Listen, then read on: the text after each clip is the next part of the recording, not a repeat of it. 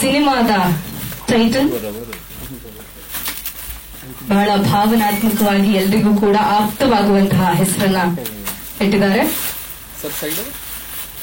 S, ತಾಯವ್ವ, ತಾಯಿ ಅವ್ವ, ಅಮ್ಮನ ಮಾತೃ ಸ್ಪರ್ಶ ಹೆಸರಲ್ಲೇ ಇದೆ. ನಮ್ಗೆಲ್ರಿಗೂ ತಿಳಿದಿರೋ ಹಾಗೆ ಸುದೀಪ್ ಸರ್ ಅವರ ಮೊದಲ ಸಿನಿಮಾದ ಹೆಸರು ಕೂಡ ತಾಯವ್ವ ಅನ್ನೋದು ಬಹುತೇಕರಿಗೆ ಗೊತ್ತಿರುವಂತಹ ಸಂಗತಿ.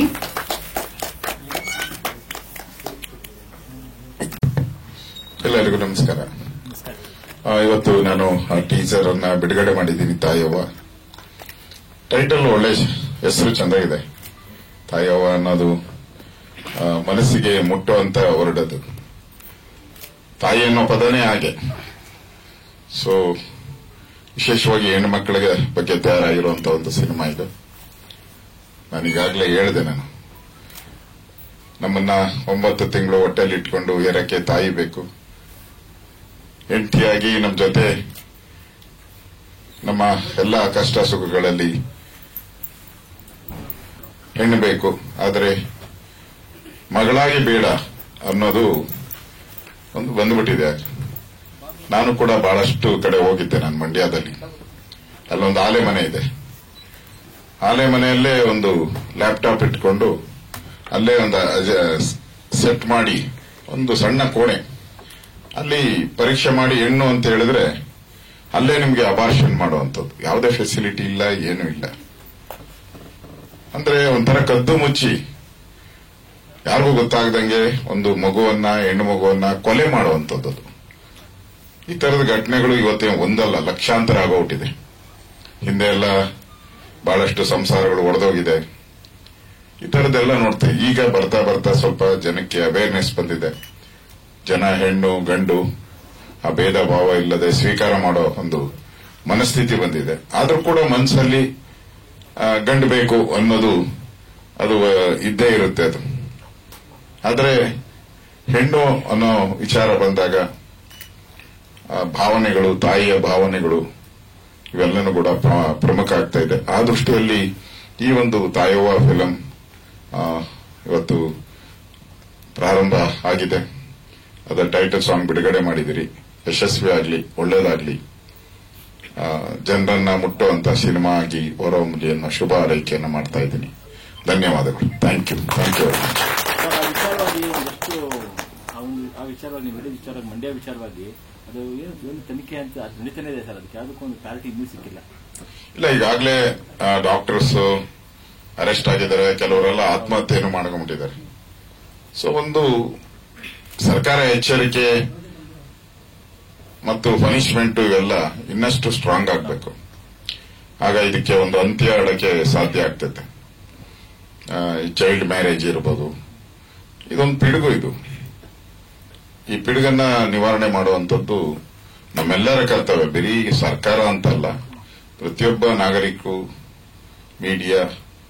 ಮೀಡಿಯಾನೇ ಅದನ್ನ ಬಹಳ ಹೈಲೈಟ್ ಮಾಡಿದ್ದು, ಅದನ್ನ ವಿಚಾರಗಳನ್ನ.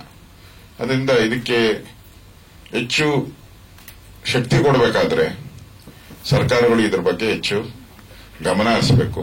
ಈ ಇನ್ಸಿಡೆಂಟ್ ಆದಾಗ ತನಿಖೆಯನ್ನು ನೆಪದಲ್ಲಿ 16 ವರ್ಷಗಳ ಕಾಲ ಅದನ್ನ ಸಂಸ್ಥೆ ಇಮಿಡಿಯೇಟ್ ಆಗಿ ಆಕ್ಷನ್ ಆದರೆ ಈ ಘಟನೆಗಳನ್ನು ತಡೆಯಕ್ಕೆ ಸಾಧ್ಯ ಆಗ್ತದೆ. ಧನ್ಯವಾದ. Thank you. Minister R Ashok ಅವರು ಬಂದು ನಮ್ಮನ್ನು ಇದು ಮಾಡಿದಕ್ಕೆ ಬಹಳಷ್ಟು ಥ್ಯಾಂಕ್ಸ್ ಹೇಳ್ತಾ ಇದ್ದೀನಿ. ಆಮೇಲೆ ನಾನು ಯಾಕೆ ಈ ಸಿನಿಮಾ ರಂಗಕ್ಕೆ ಬಂದೆ ಅಂತಂದ್ರೆ, ಮೇನ್ ಥಿಂಗ್ ಸ್ಟೋರಿ.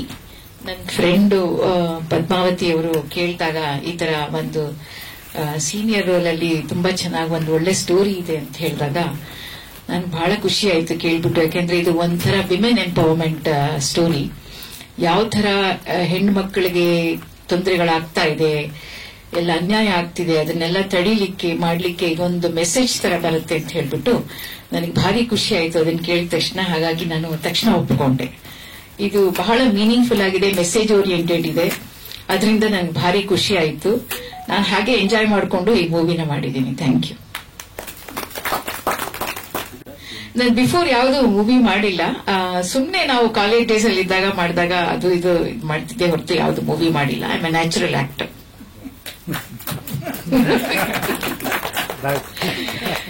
ನಮ್ಮ ಹಸ್ಬೆಂಡ್ಗೆ ಯಾವ ತರ ಶಾಕ್ ಕೊಟ್ಟಿದೆ ಅಂದ್ರೆ ಇವತ್ತು ಅವ್ರಿಗೆ ಗೊತ್ತೇ ಇಲ್ಲ ನಾನ್ ಆಕ್ಟ್ ಮಾಡಿದ್ದೀನಿ ಅಂತ. ಯಾರು ಬರ್ತಾ ಇದಾರೆ ಅಂತಾನೆ ಹೇಳ್ದೆ. ಅವ್ರಿಗೆ ಯಾವ ತರ ಫೀಲಿಂಗ್ ಇದೆ ಅಂತ ಒಂಚೂರು ಬಂದು 2 ಶಬ್ದದಲ್ಲಿ ಹೇಳ್ಕೊಟ್ರೆ ಭಾರಿ ಖುಷಿ ಆಗುತ್ತೆ.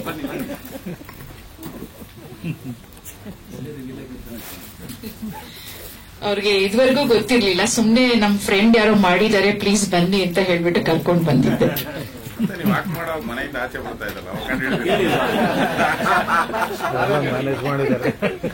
ವೇದಿಕೆ ಮೇಲೆ ಎಲ್ಲರಿಗೂ ನಮಸ್ಕಾರ. ಫ್ರೆಂಡ್ಸ್, ನನಗೆ ತುಂಬಾ ಶಾಕ್ ಆಗಿದೆ ಇವತ್ತು. ನಾನು ಒಂದು ಕನ್ನಡ ಫಿಲ್ಮ್ ಮರಾಠಿನಲ್ಲಿ ಮಾಡಿದ್ದೇನೆ, Diya film in Marathi. So it was a passion. But she used to always, ಯಾವಾಗಲೂ ಹೇಳ್ತಾ ಇದ್ರು, ಈ ನೆಕ್ಸ್ಟ್ ನೀವು ಮೂವಿ ಮಾಡ್ತೀರಾ ಅಂದ್ರೆ ನನಗೆ ಒಂದು ಚಿಕ್ಕದು ರೋಲ್ ಕೊಡಿ. ನನಗೆ ಗೊತ್ತಿರಲಿಲ್ಲ. But it is amazing. ತುಂಬಾ ಸಂತೋಷ ಪಡ್ತಾ ಇದ್ದೀನಿ. ಐ ವಿಶ್ ಈ ಜರ್ನಿ ತುಂಬಾ ಇಂಟ್ರೆಸ್ಟಿಂಗ್ ಇರಬೇಕು. Because we are educationist, but this is a special interest. Really thank you very much. Ashok sir has come here. We are very old friends, but I didn't know it. He is also coming today. I am also a sort of a guest.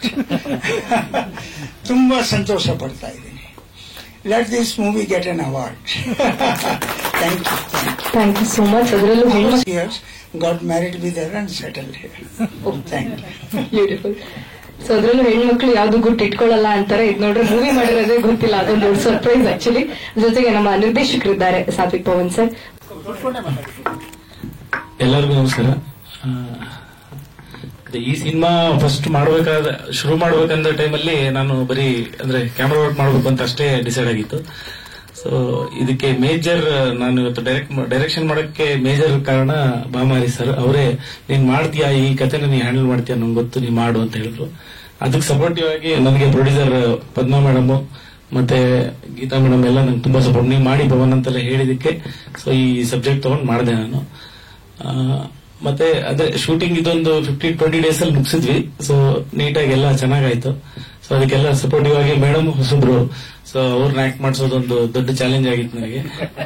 So ಆಮೇಲೆ ಪ್ರತಿಯೊಬ್ರು ಎಲ್ಲ ಚೆನ್ನಾಗಿ ಕೋ-ಆರ್ಟಿಸ್ಟ್ ಆಗ್ಲಿ ಪ್ರತಿಯೊಬ್ರು ಚೆನ್ನಾಗಿ cooperate ಮಾಡಿದ್ರು. ಆಮೇಲೆ music director sir ಆಗ್ಲಿ.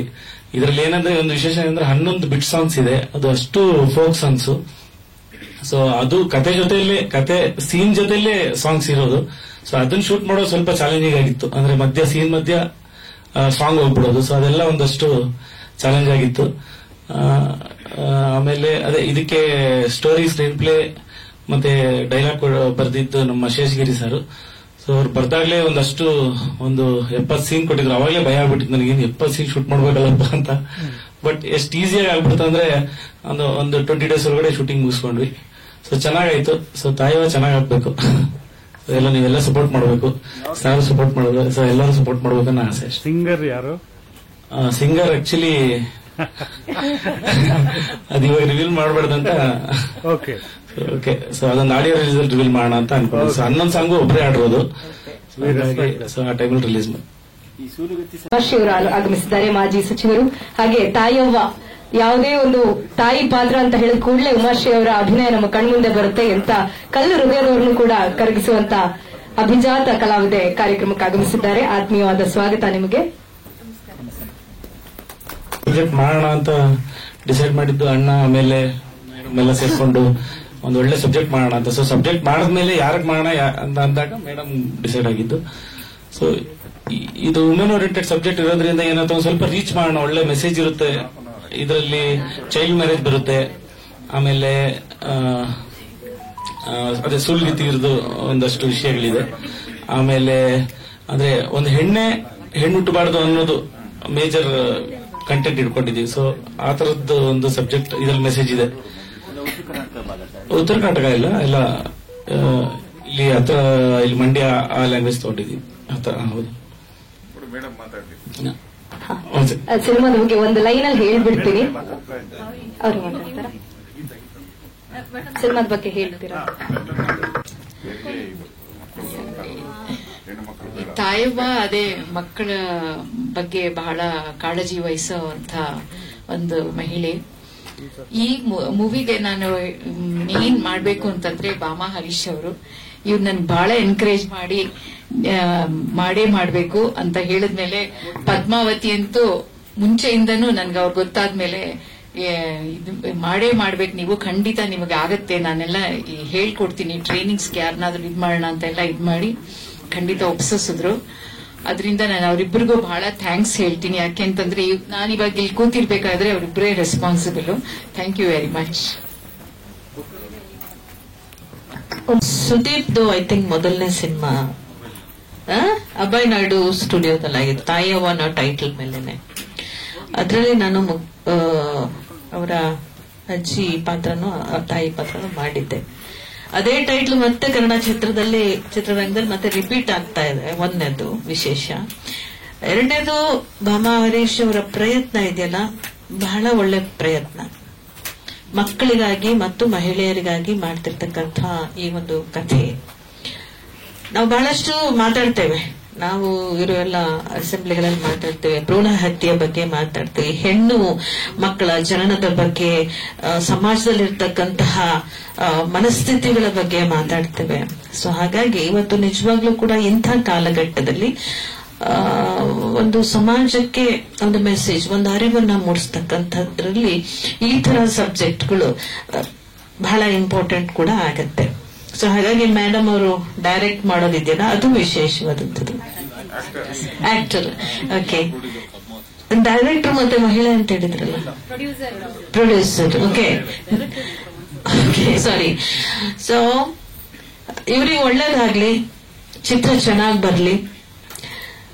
ಬಹಳಷ್ಟು ಮಕ್ಕಳ ಹತ್ಯೆಗಳು ಕಾರಣಗಳು ಬೇರೆ ಬೇರೆ ಬೇರೆ ಬೇರೆ ಕಾರಣಗಳಿಗಾಗ್ತಾ ಇದೆ. ಒಂದು ಬಡತನ ಅನ್ನೋ ಕಾರಣಕ್ಕಾಗ್ತಾ ಇದೆ, ಒಂದು ಹೆಣ್ಮಗು ಬೇಡಪ್ಪ ನಮ್ಗೆ, ಅದನ್ನ ಸಾಕೋದು ಮತ್ತೆ ಅದನ್ನ ಜೋಪಾನ ಮಾಡೋದು ಮತ್ತೆ ಗಂಡನ ಮನೆ ಕಳ್ಸೋದು ಜವಾಬ್ದಾರಿ ಮತ್ತು ಹೊರೆ, ಹೆಣ್ಮಕ್ಳಿಂದ ಒಂದು ದೊಡ್ಡ ಹೊರೆ ಅನ್ನೋ ಥರದಲ್ಲಿ ಭಾವನೆಗಳಿರುವಂತದ್ದು.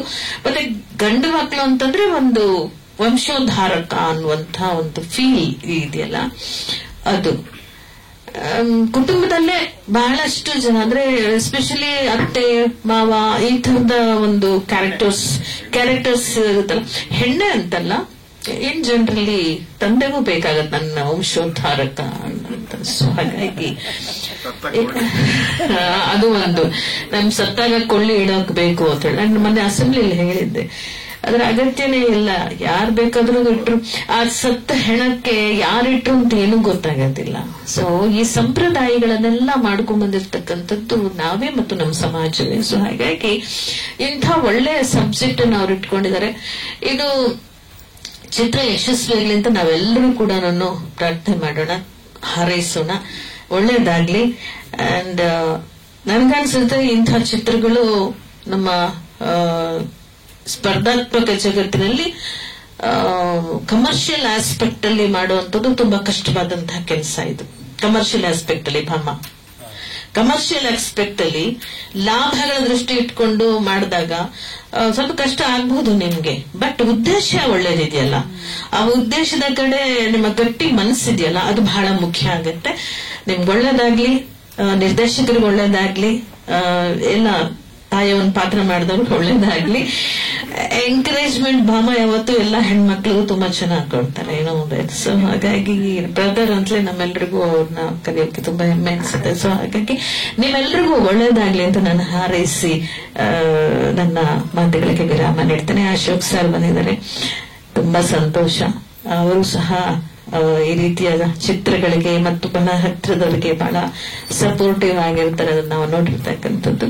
ಸೊ ಇವರ ಸಪೋರ್ಟ್, ನಮ್ಮಗಳ ಸಪೋರ್ಟ್ ಯಾವುದೇ ಕಾರಣದಲ್ಲೂ ನಮ್ಮಿಂದ ಕಲಾವಿದರಾಗಿ ನಿಮ್ಗೇನಾದ್ರೂ ನಮ್ಮ ಅಗತ್ಯತೆ ಇದ್ರೆ ಕೂಡ ನಾವು ನಿಮ್ಗೆ ಸಪೋರ್ಟ್ ಮಾಡ್ತೇವೆ ಅಂತಕ್ಕಂಥ ಮಾತನ್ನ ಹೇಳ್ತಾ ನಿಮ್ಮೆಲ್ಲರಿಗೂ ವಂದಿಸಿ ನನ್ನ ಮಾತುಗಳ ನಮಸ್ಕಾರ, ಧನ್ಯವಾದಗಳು. ಮೇಡಮ್, ಒಂದು ವಿಷಯ, ಇದಕ್ಕಿಂತ ಸಿನಿಮಾಗಳಿಗೆ 100% ಟ್ಯಾಕ್ಸ್ ಪೇ ಮಾಡಿದ್ರೆ ಬಹಳಷ್ಟು ಜನ ನೋಡಕ್ ಅನುಕೂಲ ಆಗುತ್ತದೆ. ಅದ್ ಮಾತಾಡೋಣ, ಖಂಡಿತ ಮಾತಾಡೋಣ, ಸರ್ಕಾರದ ಜೊತೆ ಮಾತಾಡೋಣ. ಒಂದು ತುಂಬಾ ಪ್ರಮುಖವಾದಂತಹ ಒಂದು ಮೆಸೇಜ್ ಇರುವಂತ ಚಿತ್ರ. ಇದನ್ನ ಎಲ್ಲರೂ ಇವತ್ತು ದೊಡ್ಡವರು ಇವತ್ತು ಬಂದು ನಮ್ಮ ಈ ವೇದಿಕೆ ಮೇಲೆ ಈ ಸಿನಿಮಾಗಾಗಿ ನಾವು ಸಪೋರ್ಟಿವ್ ಆಗಿರ್ತೀವಿ ಅಂತ ಹೇಳ್ತಾ ಇರೋದು ನಮ್ಮೆಲ್ಲರಿಗೂ ತುಂಬಾ ಆನಂದ ತಂದಿದೆ ಅಂತ ಹೇಳಕ್ ಬಯಸ್ತೀನಿ. ಅವ್ರಿಗೂ ಸ್ವಾಗತ. ಮತ್ತೆ ನಮ್ಮ ಈ ಸಿನಿಮಾ ಮಾಡೋದಕ್ಕೆ ನನಗೆ ಮುಖ್ಯ ಸಪೋರ್ಟ್ ಆಗಿರುವಂತ ಬಾಮ ಹರೀಶ್ ಅವರು, ಅವರಿಂದನೇ ನಾನು ಇನ್ಸ್ಪೈರ್ ಆಗಿ ಒಂದು ಒಳ್ಳೆ ಸಬ್ಜೆಕ್ಟ್ ಇತ್ತು.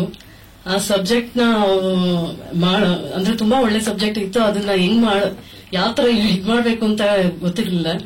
ಸೊ ನಾನು ನನ್ನ ಫ್ರೆಂಡ್ ಒಂದ್ಸಲ ಡಿಸ್ಕಸ್ ಮಾಡ್ಬೇಕಾದ್ರೆ ಈ ಸಬ್ಜೆಕ್ಟ್ ಬಗ್ಗೆ ಮಾತಾಡಿದಾಗ ಅವ್ರಿಗೆ ತುಂಬಾ ಇಷ್ಟ ಆಯ್ತು ಆಕ್ಟಿಂಗ್ ಮಾಡ್ಬೇಕು. ಅಂದ್ರೆ ಅವ್ರು ಸುಮಾರು ಮದುವೆ ಮುಂಚೆಯಿಂದಲೂ ಅವ್ರ ಆಕ್ಟಿಂಗ್ ಫೀಲ್ಡ್ ತುಂಬಾ ಇಷ್ಟ ಆಯ್ತು. ಅವ್ರ ಎಜುಕೇಶನ್ ಇದು ಫೀಲ್ಡ್ ಹೋಗಿರೋದ್ರಿಂದ ಅವ್ರಿಗೆ ಚಾನ್ಸ್ ಸಿಕ್ಕಿಲ್ಲ. ಈ ತರ ನಾನು ಹೇಳಿದಾಗ ಅವರು ಹೌದು ನಂಗೂ ಇಂಟ್ರೆಸ್ಟ್ ಇದೆ, ಯಾಕೆ ಮಾಡಬಾರ್ದು ಅಂತ ಅವ್ರು ಹೇಳಿದಾಗ ನಾನು ಅವರು ಬಾಮರೀಶ್ ಸರ್ನ ಮೀಟ್ ಮಾಡಿದ್ವಿ. ಸೊ ಅವ್ರು ಮೀಟ್ ಮಾಡಿದಾಗ ಆಯ್ತು ಮಾಡೋಣ ಅಂತ ಅವ್ರು ಧೈರ್ಯ ಕೊಟ್ರು. ಹಾಗೆ ನಮ್ಮ ಪವನ್ ಸರ್ ಅವ್ರು ಸಜೆಸ್ಟ್ ಮಾಡಿದ್ರು, ಡೈರೆಕ್ಷನ್ಗೆ ಅವ್ರಿಗೂ ಒಪ್ಸಿದ್ವಿ. ಮತ್ತೆ ಆರ್ಯನ್ ಸರ್ ಅವ್ರ ಮ್ಯೂಸಿಕ್ ಇದ್ ಮಾಡಿದ್ರು. ಸೊ ಎಲ್ಲ ಚೆನ್ನಾಗಾಯ್ತು. ನೋಡಿ ನಿಮ್ಮೆಲ್ಲರೂ ಸಪೋರ್ಟ್ ನಮಗೆ ಬೇಕು.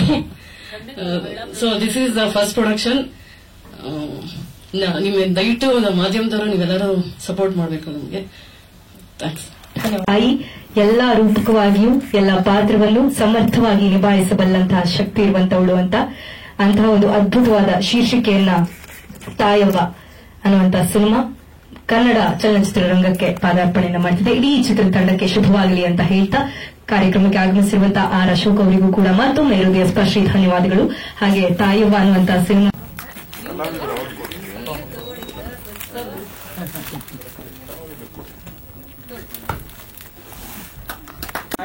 ನೋಡ್ತಾ ಇದ್ದೀರಪ್ಪ.